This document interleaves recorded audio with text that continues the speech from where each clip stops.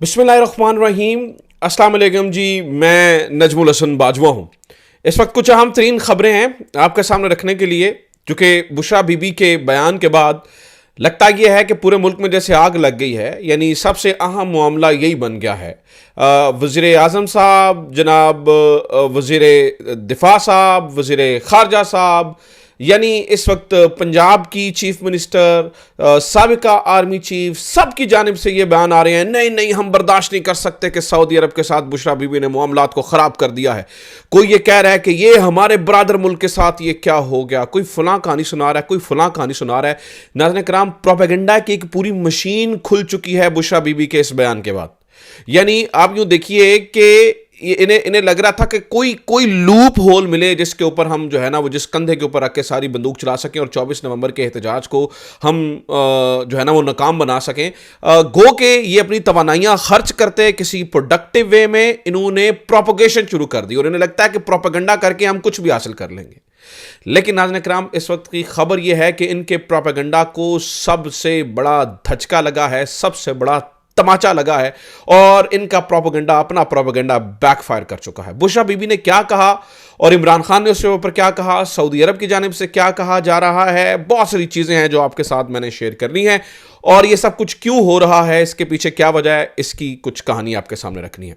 दूसरा, अभी ये जो बाहर धमकियां लगा रहे हैं, उन्होंने गोडे गिट्टे पकड़े हुए हैं अडियाला के अंदर इमरान खान के। एक गैर मामूली मुलाकात करवाई जा रही है और उस गैर मामूली मुलाकात का मकसद क्या है और इमरान खान से क्या तरले मिन्नतें किए जा रहे हैं, इसके ऊपर बात करेंगे। और तीसरा, आज जस्टिस एजाज इसहाक खान साहब ने तुन के रख दिया, तुन के। यानी इससे ज़्यादा बड़ी मैं मिसाल नहीं दे सकता कि कोई अपराइड जज इस तरह से खड़ा हो जाए और इस तरह से खड़ा होकर चीज़ों को जो है वो पूरी दुनिया के सामने नंगा कर दे, चीज़ों को इतना वाज़े कर दे। इससे पहले मैंने किसी भी जज को इस तरह से खुल के बात करते हुए नहीं देखा, तो इसके ऊपर भी बात करेंगे। तो तीन इंतहाई अहम तरीन मामलात हैं। मेरी कोशिश होगी कि तफसीलन इन डेप्थ एनालिसिस और इन्फॉर्मेशन मैं आपके सामने रख सकूं। आपसे दरख्वास्त है कि चैनल को सब्सक्राइब जरूर कर लीजिए। आपकी सब्सक्रिप्शन से हमें फ़ायदा ये होगा कि वो जो टीमें पाकिस्तान में बैठी हैं, जो हमारी व्यूवरशिप को कम करने की कोशिश करती हैं, जो यानी प्रोपेगेंडा में करने में माहिर हैं सिर्फ और सच्ची खबर को रोकने की कोशिश करती हैं, उन्हें आप नाकाम बना सकते हैं ज़्यादा से ज़्यादा शेयर करके और सब्सक्राइब करके। तो अगर आपको लगता है कि हमारी खबरें दुरुस्त होती हैं तो ये ज़रूर कीजिए। सबसे पहले नाज़रीन कराम, मेरा जाती ख्याल अगर आप पूछें तो मुझे लगता है कि बुशरा बीबी को खिताब नहीं करना चाहिए था।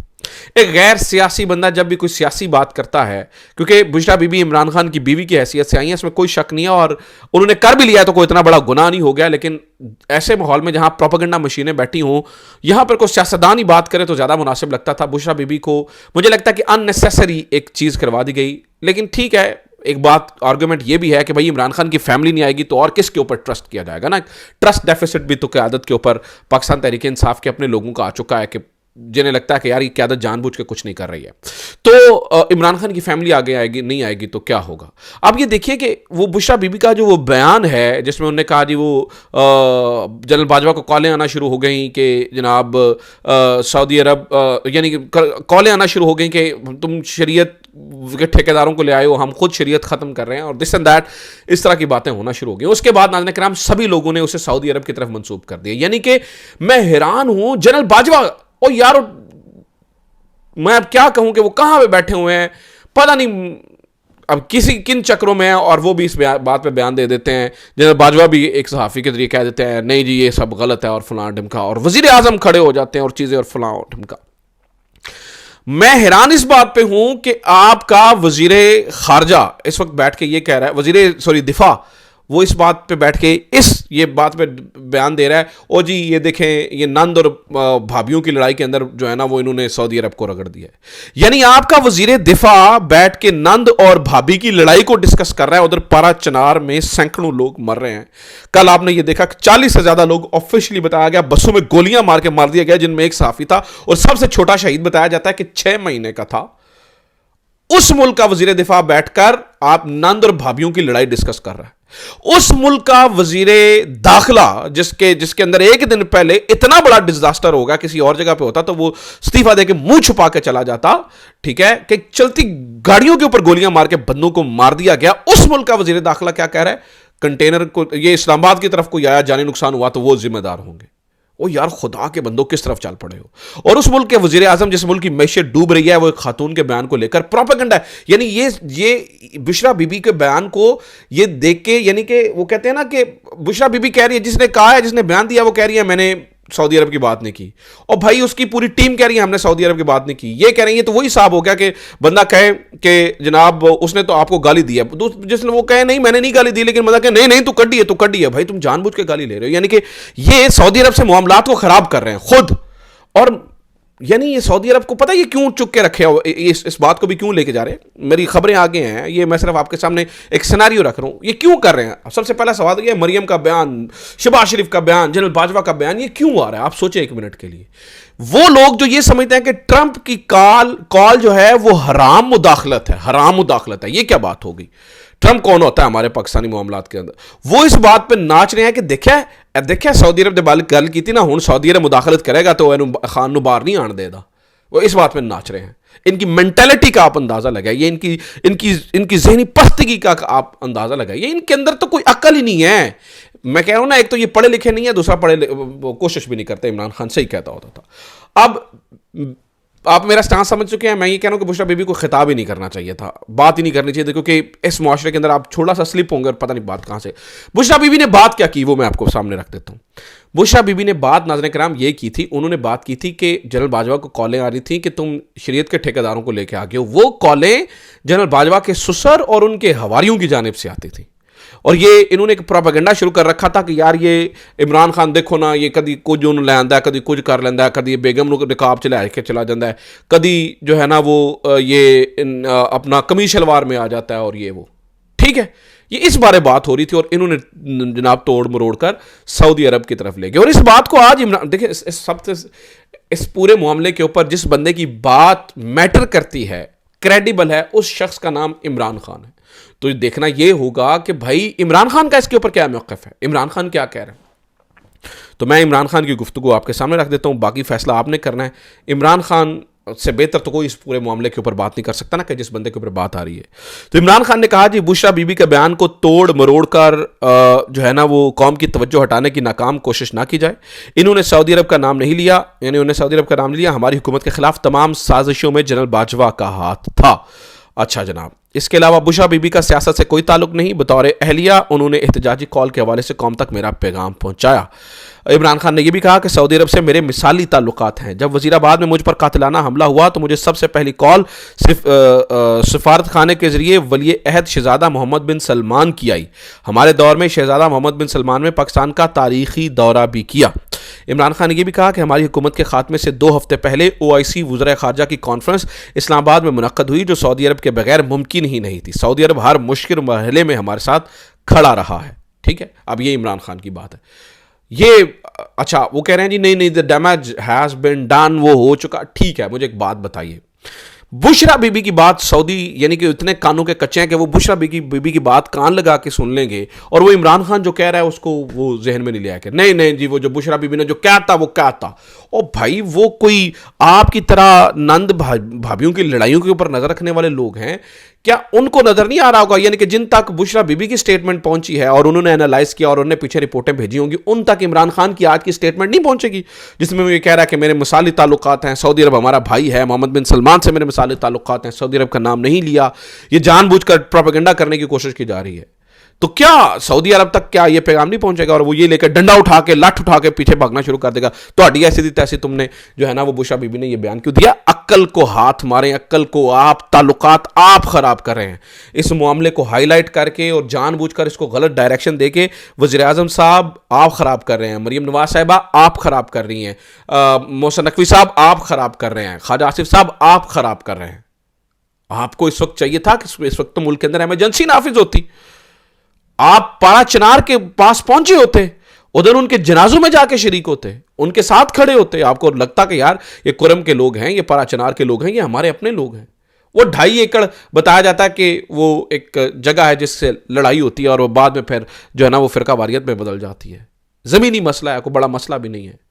और ये यहां पर जो अब हमारा मोहसिन नकवी है वो एक SHO की तरफ से मार की कहानियां सुनाने वाला जो है वो 100 बंदा जो है ना वो पिछले कुछ अरसे में पराचन मार में मनवा चुका है। पिछले दिनों में 45 लोग शहीद हुए थे, आपको अंदाजा नहीं है।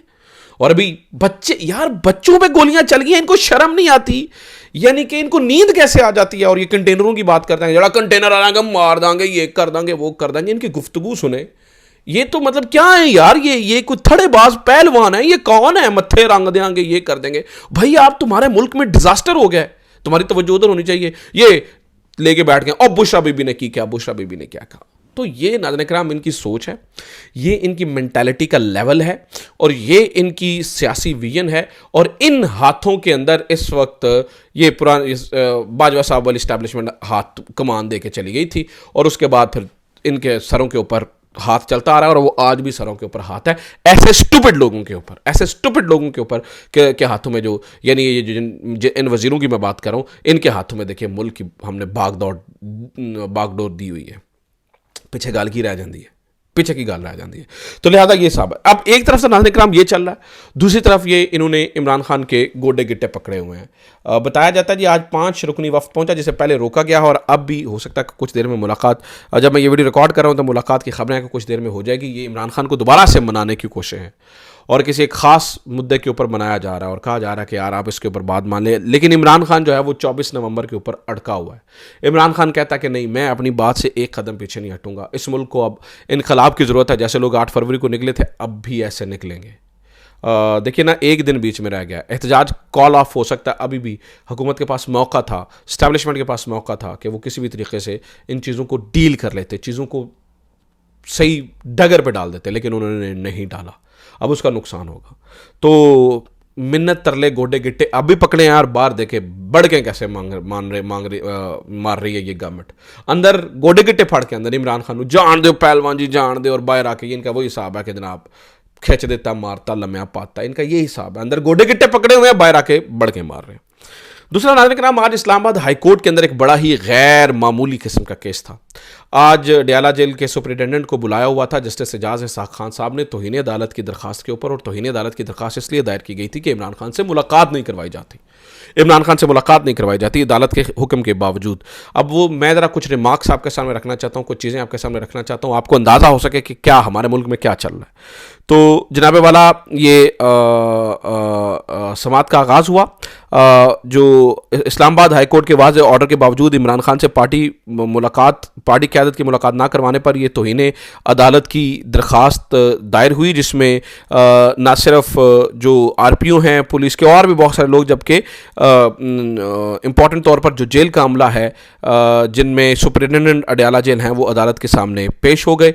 एडिशनल एडवोकेट जनरल पंजाब अदालत के हुक्म पर पुलिस की जानिब से इमरान खान के साथ पार्टी रहनुमाओं की मुलाकात पर रुकावट बनने पर गैर मशरूत माफ़ी मांगी। इन्होंने कहा जी हमें गैर मशरूत माफ़ी दे दें, हम आइंदा के बाद मुलाकात करवा देंगे। जिस पर सरदार एजाज इसाक खान साहब ने तौहीन अदालत के इसके अंदर गैर मामूली रिमार्क्स दिए। इन गैर मामूली रिमार्क्स में उन्होंने कहा कि रीजनल पुलिस अफसर रावलपिंडी और सुपरिटेंडेंट अडयाला जेल बता दें कि आपको PTI रहनुमाओं को इमरान खान से मुलाकात रोकने का किसने कहा था, तो कार्रवाई आपके नहीं बल्कि उनके खिलाफ करूंगा, वरना मुझे आपके खिलाफ कार्रवाई करनी पड़ेगी। उन्होंने यह भी कहा कि बादियों नज़र में इस्लामाबाद हाई कोर्ट के ऑर्डर की दानिस्ता तौर पर खिलाफ वर्जी की गई है। यह निज़ाम अदालतों और पार्लियामेंट के हाथों से निकलकर कहीं और जा चुका है। यह निज़ाम किसी एक या दो अदालतों से ठीक नहीं हो सकता। उन्होंने कहा यह किसी और के पास जा चुका है।